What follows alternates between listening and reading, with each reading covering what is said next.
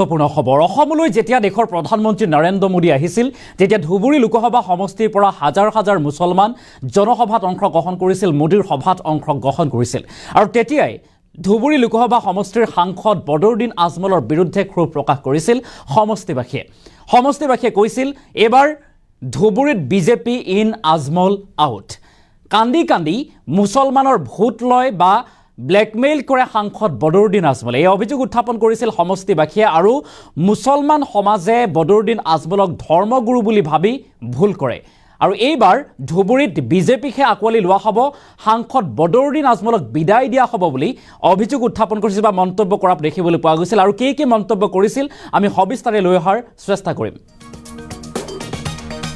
কান্দি কান্দি মুছলমানক ব্লেকমেইল কৰে সাংসদ বদৰুদ্দিন আজমলে এই মন্তব্য আছিল সমষ্টিবাসীৰ আজমলক ধৰ্মগুৰু বুলি ভাবি মুছলমান সম্প্ৰদায়ৰ লোকে ভুল কৰে ধুবুৰীত সংখ্যালঘু মুছলমানক প্ৰতাৰণা কৰি আহিছে সাংসদ বদৰুদ্দিন আজমলে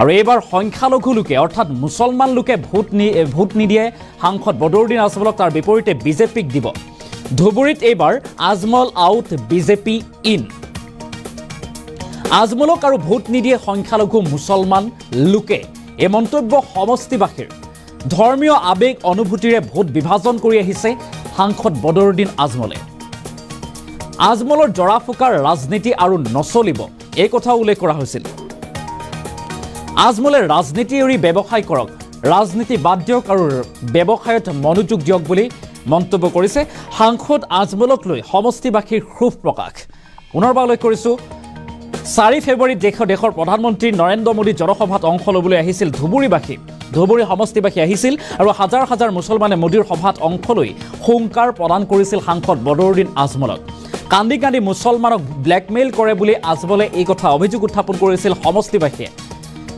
আজমলক ধৰ্মগুৰু বুলি ভাবি মুছলমান সম্প্ৰদায়ৰ লোকসকলে ভুল কৰে আজমল ধৰ্মগুৰু নহয় ধুবুৰীত সংখ্যালঘু মুছলমানক প্ৰতাৰণা কৰি আহিছে সাংসদ বদৰুদ্দিন আজমলে দীৰ্ঘ দিনৰ পৰা প্ৰতাৰণা কৰি আহিছে বুলি কৈছে এইবাৰ সংখ্যালঘু মুছলমান লোকে বিজেপিক ভোট দিব বিজেপিক আকোৱালি ল'ব ধুবুৰীত এইবাৰ আজমল আউট বিজেপি ইন সমষ্টিবাসীয়ে দাবী কৰিছিল আজমলক আৰু ভোট নিদিয়ে সংখ্যালঘু লোকে এটা ডাঙৰ খবৰ জনোৱাৰ চেষ্টা কৰিছো ধৰ্মীয় আবেগ অনুভূতিৰে ভোট বিভাজন কৰি আহিছে সাংসদ বদৰুদ্দিন আজমলে আৰু আজমলৰ জৰা ফুকাৰ ৰাজনীতি আৰু নচলিব বুলি উল্লেখ কৰিছিল আৰু আজমলে ৰাজনীতি এৰি তেখেতে ব্যৱসায়ত মনোযোগ দিয়ক তেখেতে ব্যৱসায় কৰক এই আহ্বান জনাইছিল সাংসদ আজমলক লৈ সমষ্টিবাসীয়ে 4 ফেব্ৰুৱাৰীৰ দিনটোত ক্ষোভ প্ৰকাশ কৰিছিল 4 ফেব্ৰুৱাৰীত মোদীৰ জনসভাত অংশ ল'বলৈ আহিছিল ধুবুৰীবাসী আৰু হাজাৰ হাজাৰ মুছলমানে মোদীৰ সভাত অংশ লৈ এই হুংকাৰ প্ৰদান কৰিছিল সাংসদ বদৰুদ্দিন আজমলক যে এইবাৰ বিজেপিক আকোৱালি লোৱা হ'ব ধুবুৰীত বদৰুদ্দিন আজমলক বিদায় দিয়া হ'ব আৰু 4 ফেব্ৰুৱাৰীৰ দিনটোত ধুবুৰী সমষ্টিবাসীয়ে বদৰুদ্দিন আজমলক লৈ কি কৈছিল এই সন্দৰ্ভত আমাৰ সাংবাদিক হিমাংশু চহৰীয়াই কি প্ৰতিবেদন যুগুত কৰিছিল আৰু সেই দিনটোত সাংসদ বদৰুদ্দিন আজমলক লৈ কি কোৱা হৈছিল সমষ্টিবাসীৰ তৰফৰ পৰা সেই প্ৰতিবেদন পুনৰবাৰ আমি আগবঢ়াৰ চেষ্টা কৰিম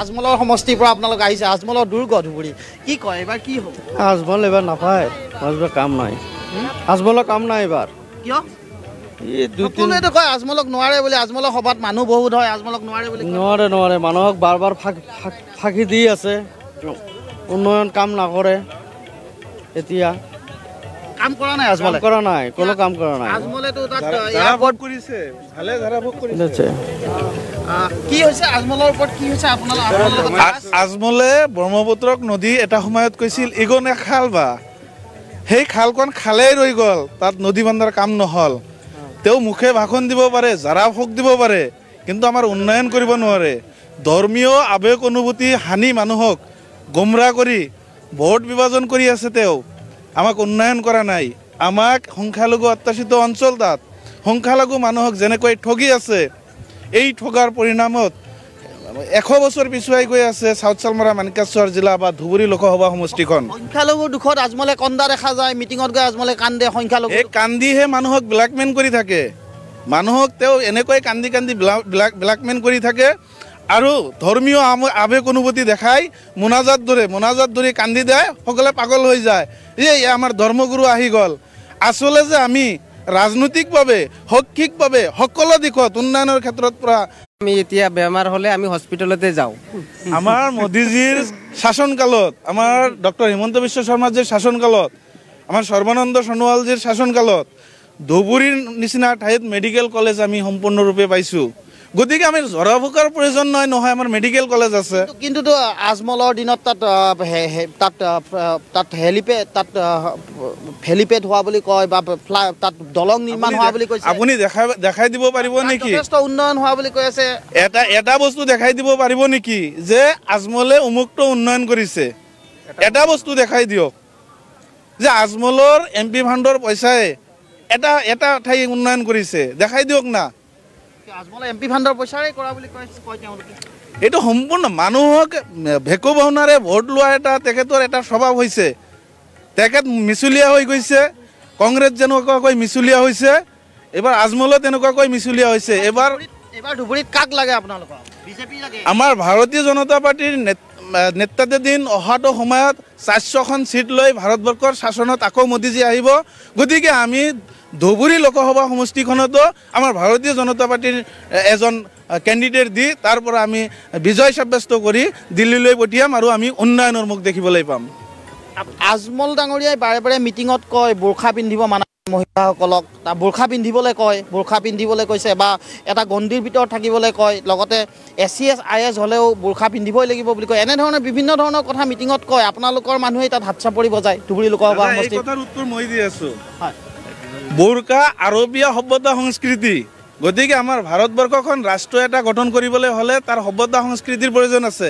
গতিকে ভাৰতীয় সভ্যতা সংস্কৃতিত আমাৰ বোৰখা নাই, আমি হিজাব পিন্ধো।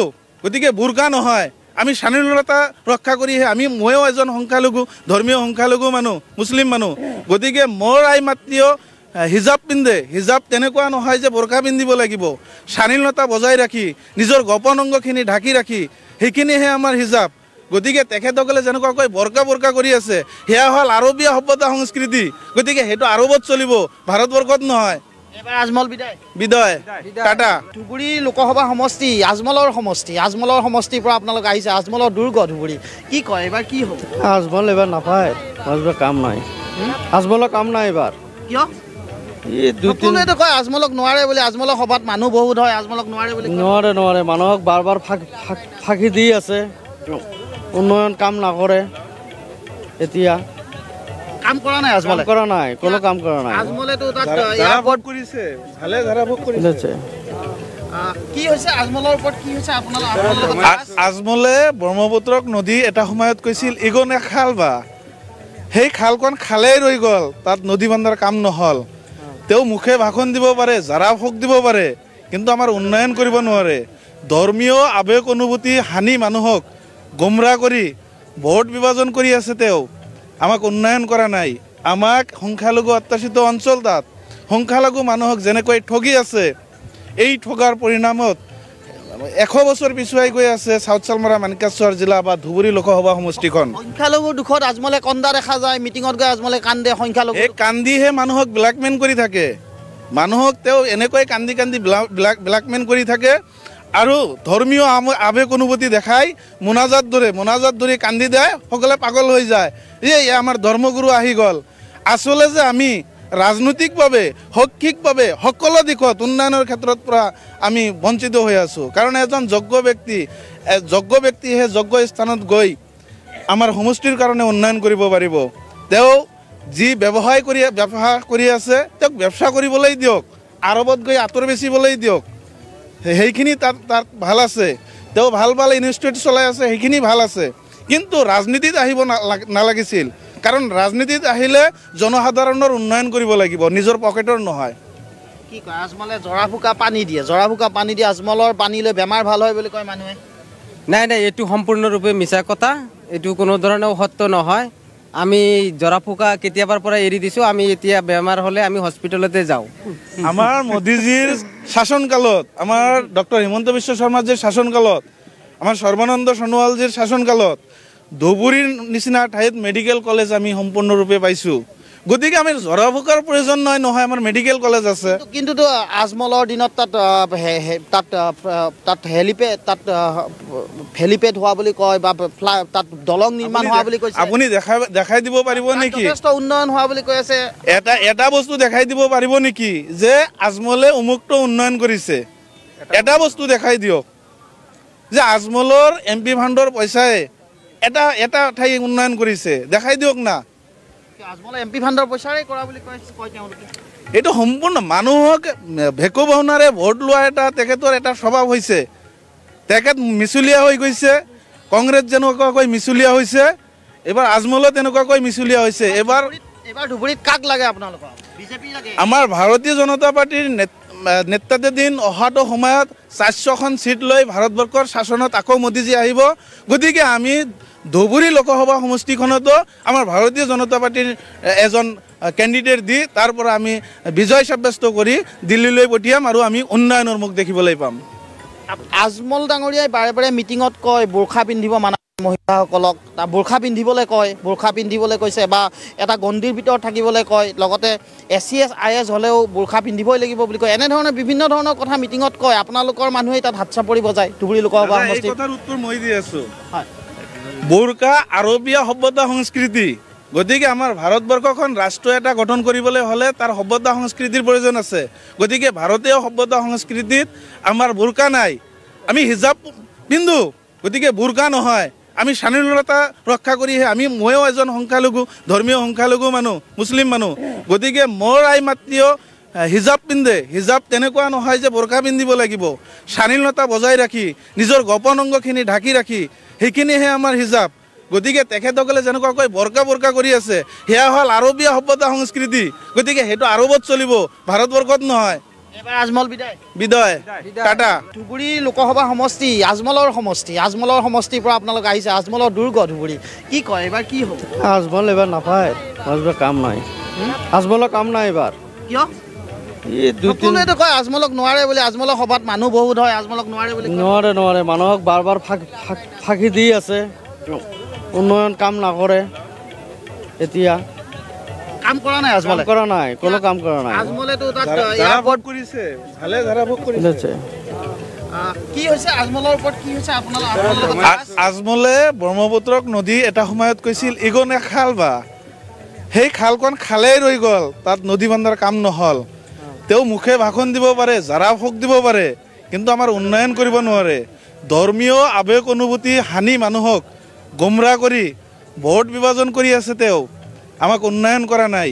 আমাক সংখ্যালঘু অত্যাচিত অঞ্চল, তাত সংখ্যালঘু মানুহক যেনেকৈ ঠগি আছে, এই ঠগাৰ পৰিণামত 100 বছৰ পিছুৱাই গৈ আছে চাউথ চালমাৰা মানিকাশ্বৰ জিলা বা ধুবুৰী লোকসভা সমষ্টিখন। সংখ্যালঘুৰ দুখত আজমলে কন্দা দেখা যায়। মিটিঙত গৈ আজমলে কান্দে। সংখ্যালঘু এই কান্দিহে মানুহক ব্লেকমেইল কৰি থাকে।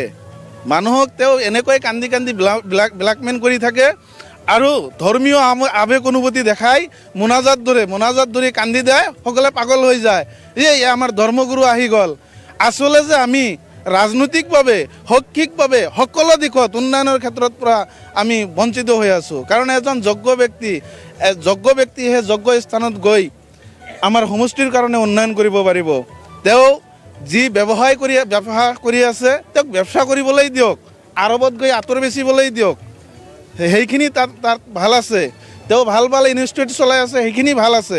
কিন্তু ৰাজনীতিত আহিব নালাগিছিল। কাৰণ ৰাজনীতিত আহিলে জনসাধাৰণৰ উন্নয়ন কৰিব লাগিব, নিজৰ পকেটৰ নহয়। কি কয় আজমলে জৰা ফুকা পানী দিয়ে আজমলৰ পানী লৈ বেমাৰ ভাল হয় বুলি কয় মানুহে। নাই, এইটো সম্পূৰ্ণৰূপে মিছা কথা। এইটো কোনো ধৰণেও সত্য নহয়।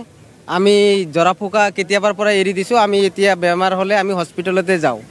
আমাৰ মোদীজীৰ শাসনকালত, আমাৰ ডক্টৰ হিমন্ত বিশ্ব শৰ্মাজীৰ শাসনকালত, আমাৰ সৰ্বানন্দ সোণোৱালজীৰ শাসনকালত ধুবুৰীৰ নিচিনা ঠাইত মেডিকেল কলেজ আমি সম্পূৰ্ণৰূপে পাইছোঁ। গতিকে আমি জৰা ফুকাৰ প্ৰয়োজন নহয় আমাৰ মেডিকেল কলেজ আছে। কিন্তু আজমলৰ দিনত তাত